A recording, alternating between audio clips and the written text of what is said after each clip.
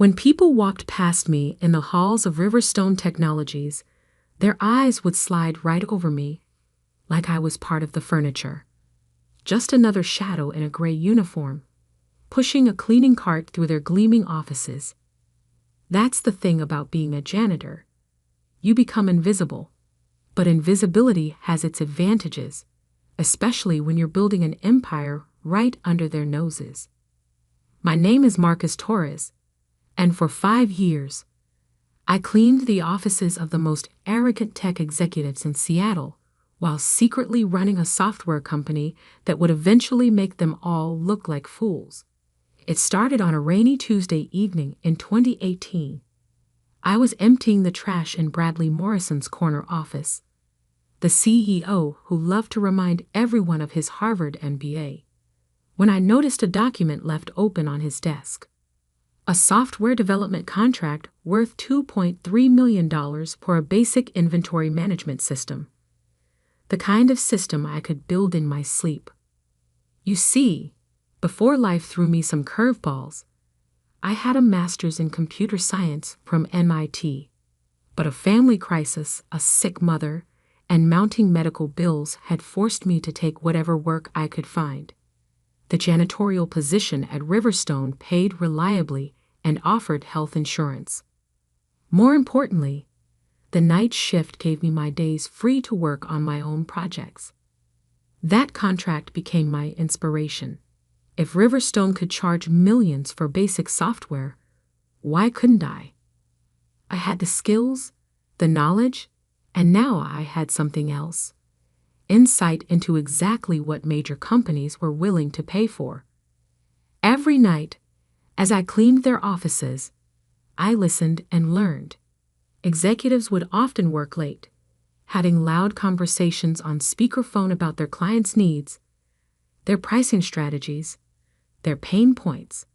They never noticed me. Why would they? I was just the guy emptying their trash, cleaning their coffee stains, dusting their awards.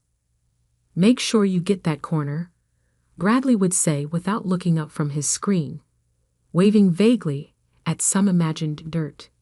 His tone always carried that special kind of condescension reserved for people he considered beneath him. His assistant, Melissa, was worse. The janitor doesn't understand English very well. She'd tell visitors with a stage whisper, assuming my brown skin meant I was an immigrant. I never corrected her. Let them underestimate me. I spoke 4 languages fluently and was coding complex algorithms while they were still learning their ABCs. During my days, I built my company, Taurus Solutions. Working from my small apartment, I developed software that was faster, more intuitive, and far more sophisticated than anything Riverstone was selling. My first client came through an online freelancing platform. A small manufacturing company needed an inventory system.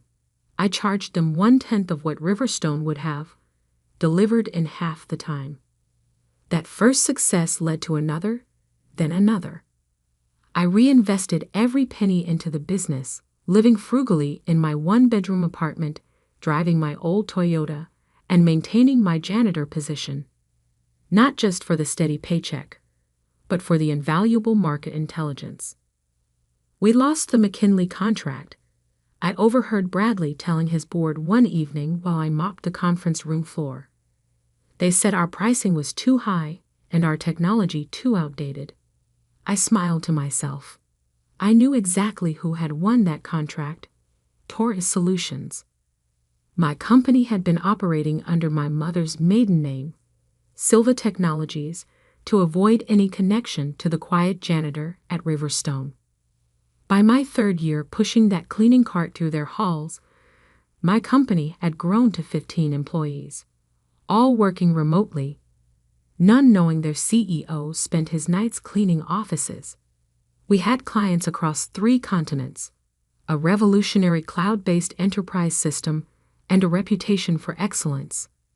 Still, I kept working at Riverstone, kept listening, learning, and watching as they slowly lost market share to this mysterious new competitor they couldn't quite figure out. Silva Technologies is eating our lunch, Bradley ranted one evening, pacing his office while I cleaned his windows. Their software is better, faster, and they're undercutting us at every turn. How the hell are they doing it? I had to turn away to hide my smile. If he only knew the answer was right there, Windex bottle in hand, making his windows sparkle. The real turning point came during their annual company party. I wasn't invited, of course, but I was there anyway, refilling water pitchers and clearing away plates. Bradley had too much to drink and was holding court near the bar. "Let me tell you the secret to success," he announced to a group of young employees. "It's about knowing your place in the world. Take our janitor here." He gestured vaguely in my direction. "Some people are meant to clean floors, and some are meant to run companies. That's just how the world works." The group laughed, that uncomfortable laugh people use when they know something isn't right, but don't have the courage to say so. I memorized each of their faces. They would learn soon enough how wrong Bradley was. That night, after my shift, I sat in my car in the empty parking lot and made a call to my board of directors. Successful industry veterans who had invested in Taurus solutions but had never met me in person. "It's time," I told them. "Let's make an offer on the Riverstone building." The piece of paper that would change everything arrived 3 weeks later, delivered to Bradley Morrison's desk in a thick envelope right before I started my evening shift. I made sure I was cleaning nearby when he opened it. His face turned pale as he read, then red with anger. "This has to be a joke," he sputtered, storming out to the main office area. "Silva Technologies just bought our building. They're our new landlord." I continued cleaning, hiding my satisfaction as chaos erupted around me. Soon they would all know exactly who owned Silva Technologies. Soon they would understand that the man they had looked down on for years was about to become not just their landlord, but their biggest competitor. The next morning would bring a reckoning none of them saw coming, and I would finally reveal that success isn't about knowing your place, it's about creating it, even if you have to start with a mop in your hands. The morning of the revelation, I arrived at Riverstone Technologies dressed differently than usual. Instead of my gray janitor's uniform, I wore a tailored charcoal suit that cost more than Bradley Morrison made in a month. The security guard at the front desk, who had barely glanced at me for 5 years, did a double take. "Sir, can I help you?"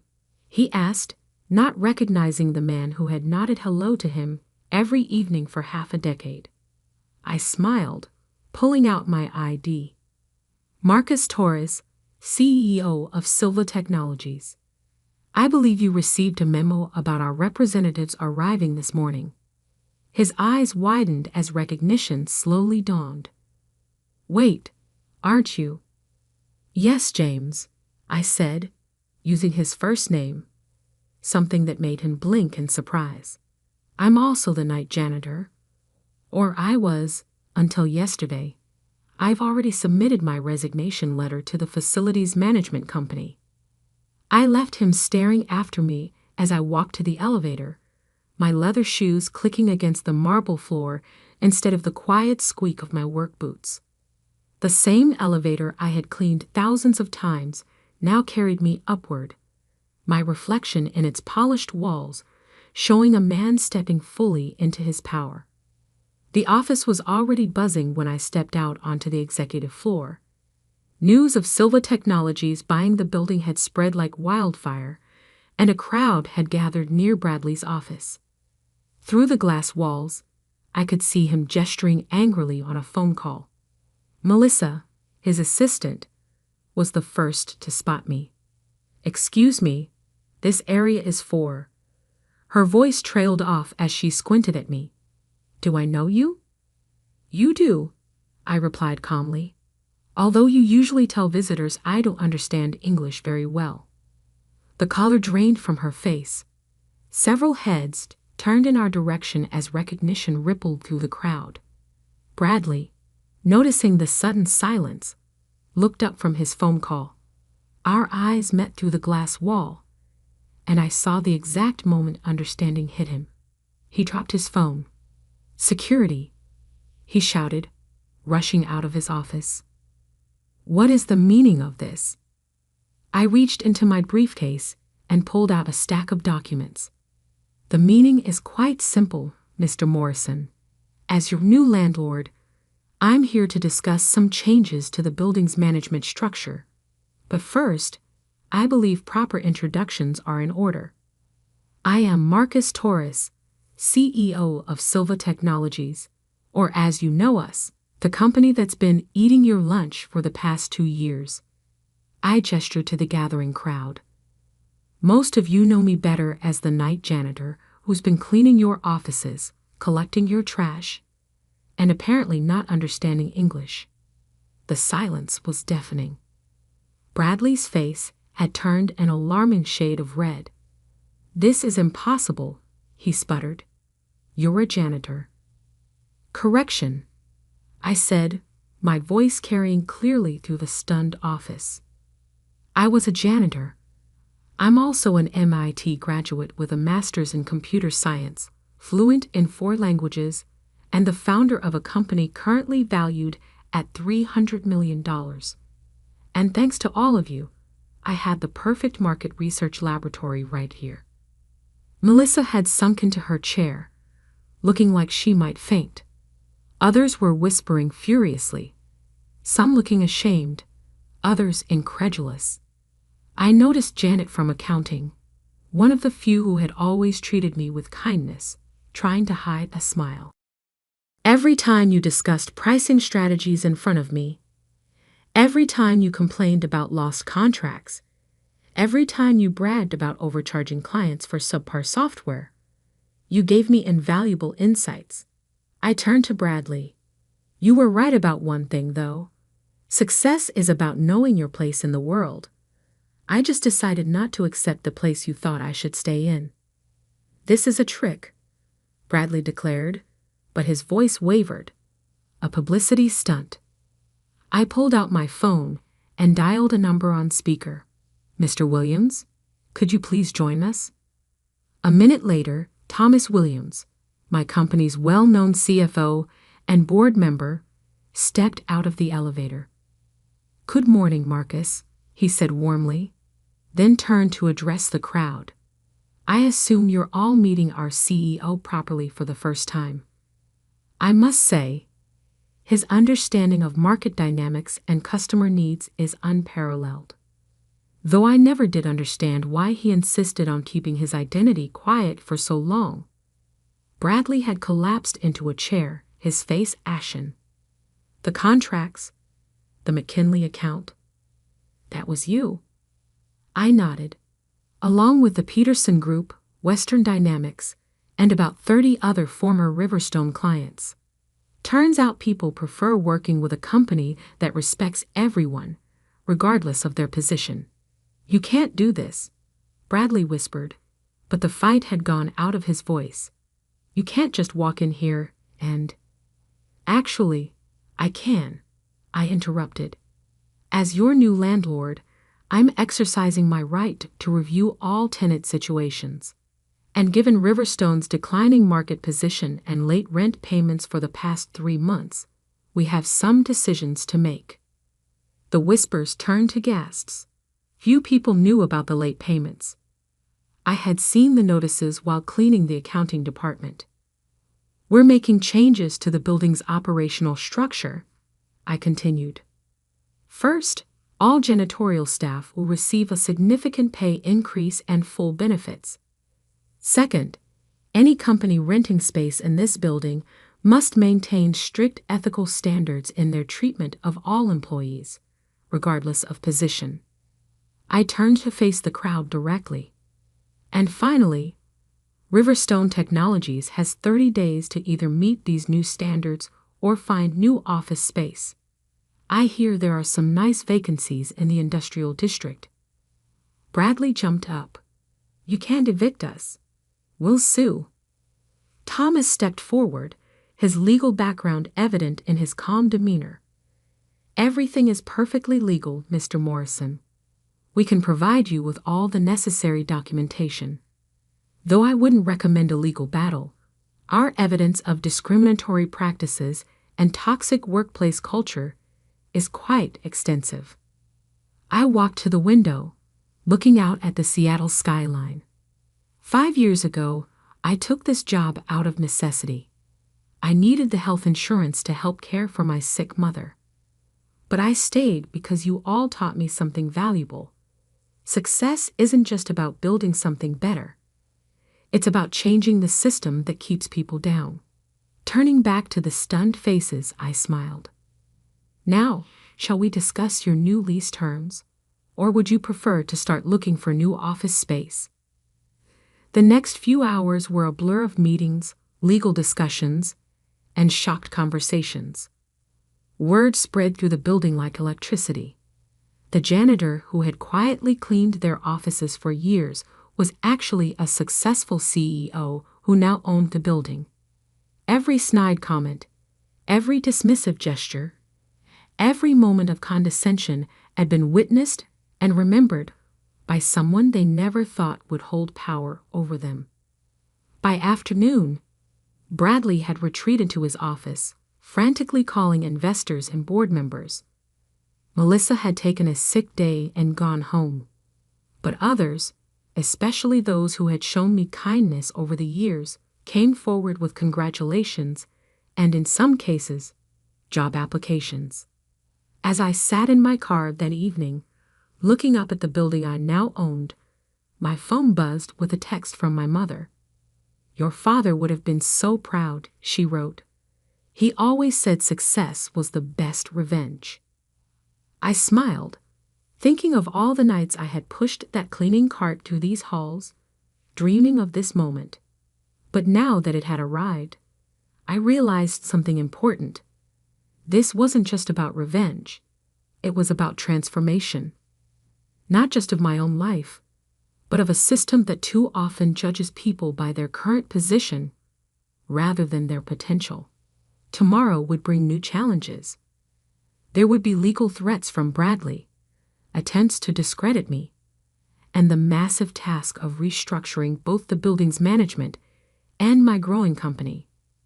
But for now, I savored the quiet satisfaction of having shown them all that sometimes the most powerful person in the room is the one they don't even see. The real work was just beginning, and this time, I wouldn't be the one cleaning up their messes. 6 months after my revelation as the owner of Silva Technologies, I stood in what used to be Bradley Morrison's corner office, watching the Seattle sunrise paint the sky in shades of pink and gold. The space looked different now. Gone were the pretentious awards and self-congratulatory photos, replaced by a collaborative workspace where my team could gather and innovate. The changes in the building had been dramatic, but not in the way most people expected. Despite having every right to evict Riverstone Technologies, I had offered them a chance to stay, under new management and with very specific conditions. Bradley, predictably, hadn't taken it well.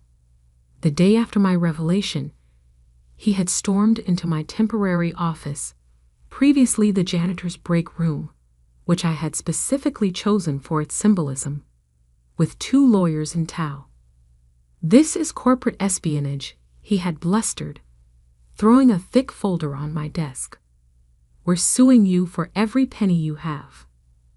I had simply smiled and pressed play on my laptop, showing security camera footage of him berating staff, making discriminatory comments, and discussing questionable business practices, all recorded during my years as the invisible janitor in the background. "Would you like me to play the audio of you instructing Melissa to falsify billing records for the Anderson account?" I had asked calmly. "Or perhaps the conversation where you bragged about overcharging clients for outdated software?" His lawyers had exchanged glances and quietly suggested they reassess their strategy. Bradley had resigned the following week, though he insisted it was to pursue other opportunities. The real surprise had come from Riverstone's board of directors. After reviewing the evidence I had gathered and seeing the innovation potential of Silva Technologies, they had proposed a merger. Not a hostile takeover, but a true partnership that would preserve jobs while transforming the company culture. Your experience gives you a unique perspective, the board chairman had said. You've seen this company from both the bottom and the top. Who better to lead us into the future? I had accepted, but on my terms. The first order of business? A complete overhaul of employee compensation and treatment, starting with the cleaning and maintenance staff. Every person who worked in the building, regardless of position, would receive living wages, full benefits, and respect. Janet from accounting had been promoted to CFO after her detailed knowledge of the company's finances proved invaluable during the transition. She had been one of the few who had always seen people for their potential rather than their position. Melissa, surprisingly, had asked to stay. I want to learn to be better, she had said, her usual arrogance replaced by genuine remorse. I was wrong about, well, everything. She now ran our diversity and inclusion training program, using her own past behavior as an example of what needed to change. The McKinley contract, which had been one of our biggest points of contention with Riverstone, had expanded under the merged company's new direction. We chose Silva Technologies because they understood value isn't just about price, their CEO had told me. Now we see it was also about values. My mother's health had improved, thanks to the advanced medical care I could now provide. She had moved into a comfortable house near the office, and every Friday we had dinner together, often joined by my team members who had become like family. Remember when you used to come home exhausted from cleaning all night? She asked one evening. Look at you now, Mahijo. You didn't just build a company, you built a legacy. That legacy became clearer 1 year after the merger when I received an email from a young woman named Sophia, a custodian working her way through engineering school. I heard your story, she wrote. Yesterday, one of the executives saw me reading a coding book during my lunch break. Instead of laughing, she asked about my studies and offered me an internship. She said you taught them to look for talent everywhere. The email had brought tears to my eyes. This was why I had maintained my cover for so long, gathering evidence not just of wrongdoing, but of the systemic biases that needed to change. Today, as I prepared for our annual company meeting, I thought about how far we'd come. The merged company, now called Taurus Stone Innovation Group, had tripled in value. Our software was still the best in the industry, but our real innovation had been in creating a corporate culture that valued every contributor. The meeting room filled with employees from all levels of the company. The old hierarchy that had once separated important people from the help had disappeared. Our head of UX design had started in the mailroom. Our newest board member had previously worked as a parking attendant while earning his MBA. Good morning, I began, looking out at the faces before me. Today marks 1 year since our merger, but more importantly, it marks 1 year since we began proving that success doesn't belong to any one group of people. It belongs to those who persist, regardless of their starting point. I gestured to the cleaning cart I had rolled onto the stage, the same one I had pushed through these halls for 5 years. Some of you know this cart well. I kept it as a reminder that dignity isn't given by position. It's inherent in every person who shows up and does their best work, whatever that work may be. The room was silent, many nodding in understanding. Last quarter, our profits exceeded projections by 45%. Our employee satisfaction scores are the highest in the industry. And just yesterday, Forbes magazine named us one of the best companies to work for, specifically citing our practice of promoting from within and recognizing potential in unexpected places. I smiled, thinking of Bradley and his beliefs about people knowing their place. But our real success isn't in the numbers. It's in the stories I hear every day. The security guard who's now leading our cybersecurity team. The receptionist who identified a way to streamline our client communication and is now our head of customer experience. The janitor who? Well, you all know that story. Laughter rippled through the room. We're not just a technology company. We're proof that the greatest untapped resource in any organization is the human potential they fail to see. Success isn't about knowing your place. It's about refusing to let others define your limits. After the meeting, I walked through the office floors, greeting people by name, something Bradley had never bothered to do. The building felt different now, alive with possibility, rather than weighted by hierarchy. My phone buzzed with a news alert. Bradley Morrison's new venture files for bankruptcy. I felt no satisfaction, only a quiet acknowledgement that success built on demeaning others was always built on sand. That evening, as I prepared to leave the office, I passed the janitor's closet where I had once changed into my uniform every night. A new plaque hung on the door. From this space, a revolution in corporate culture began. Every position has power. Every person has potential. I smiled, remembering all the nights I had stood in that small room, dreaming of the day I would transform this company. Those dreams had come true, but in a way I hadn't expected. Yes, I had become successful, but more importantly, I had created a path for others to follow. As I walked to my car, I passed James, the security guard who had first witnessed my transformation from janitor to CEO. He was helping a young maintenance worker with some computer coding questions. "Mr. Torres," James called out. "Remember how you said success is about creating opportunities?" I nodded. "Well, Marco here is a programming genius. I think you'll want to see what he's been working on." I smiled, recognizing the look of determination in Marco's eyes, the same look I had carried for 5 years. "Let's talk tomorrow," I said. "My office is always open." Driving home, I thought about how true success isn't in proving others wrong. It's in proving that their entire system of judgment was flawed from the start. Every night, people like Marco clean offices, serve food, guard buildings, and dream of something more. They don't need pity or handouts. They need what everyone needs, a chance to show their true potential. I had done more than build $1 million company. I had created a place where the next Marcus Torres wouldn't have to spend 5 years pretending to be less than they were. And that, more than any revenue number or market share, was the real measure of success.